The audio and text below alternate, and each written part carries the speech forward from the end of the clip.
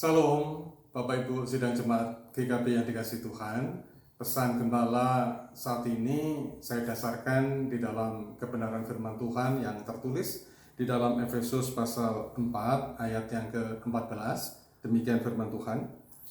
Sehingga kita bukan lagi anak-anak yang diombang-ambingkan oleh rupa-rupa angin pengajaran, oleh permainan palsu manusia dalam kelicikan mereka yang menyesatkan.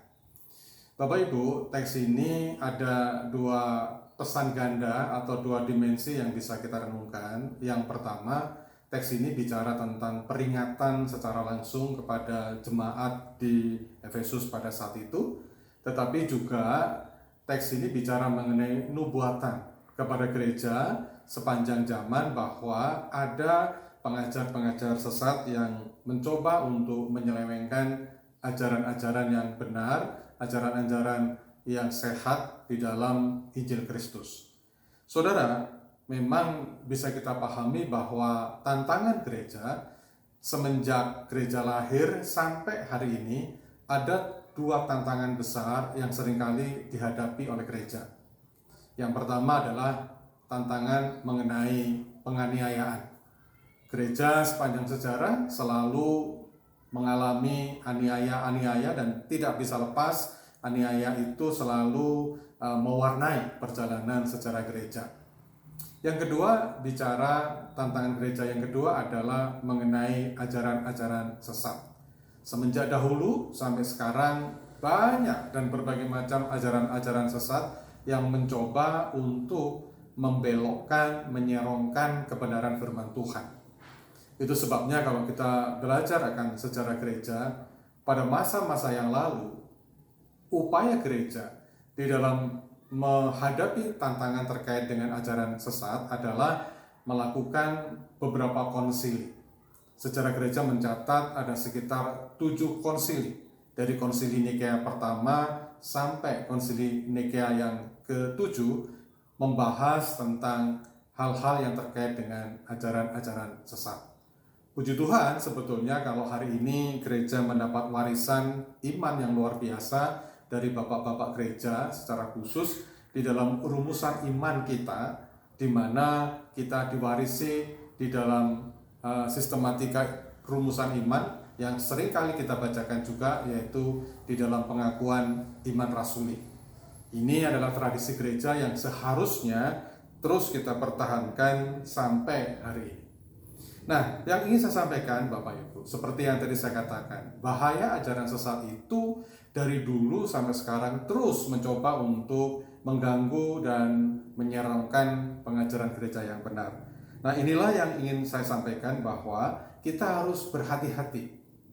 Kita harus mawas diri bahwa ternyata rongrongan, ancaman daripada ajaran-ajaran sesat itu bukannya semakin menghilang, saat ini semakin menggejala dengan begitu luar biasa.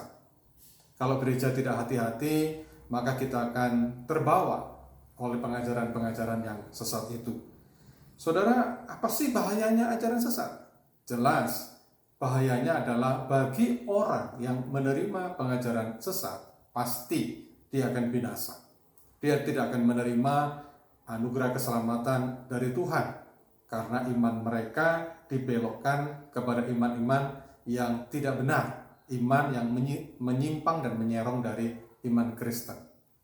Yang kedua, bahaya ajaran sesat itu adalah orang-orang yang dipengaruhi oleh ajaran sesat itu, dia punya militansi yang kuat untuk membawa orang-orang Kristen yang lain untuk masuk dalam komunitas mereka, mencoba menarik mereka di dalam apa yang menjadi pikiran mereka sebagai sebuah kebenaran.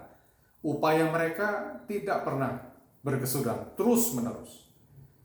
Bahaya yang ketiga adalah orang-orang yang terpapar oleh ajaran-ajaran sesat ini seringkali punya perilaku yang aneh, punya perilaku yang gak semestinya, sehingga perilaku-perilaku itu mengganggu kedamaian di dalam sebuah komunitas, mengganggu hubungan suami istri, mengganggu hubungan anak dengan orang tua, mengganggu hubungan antar pasangan. Kenapa? Karena otaknya memang telah diisi dengan ajaran-ajaran yang sesat. Itu sebabnya dalam konteks ini, sebagai seorang gembala sidang, saya ingin memberi pesan.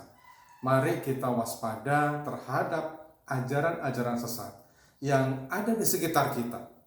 Bagaimana caranya supaya kita bisa menangkal ajaran-ajaran sesat itu? Ada beberapa hal yang ingin saya sampaikan. Yang pertama, belajar Alkitab dengan sungguh-sungguh.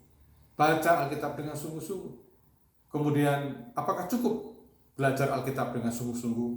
Kita perlu tambah dengan belajar dari buku-buku teologi yang sehat, dari buku-buku teologi yang baik, yang menuntun kita di dalam pemahaman dan pengenalan yang benar akan Tuhan.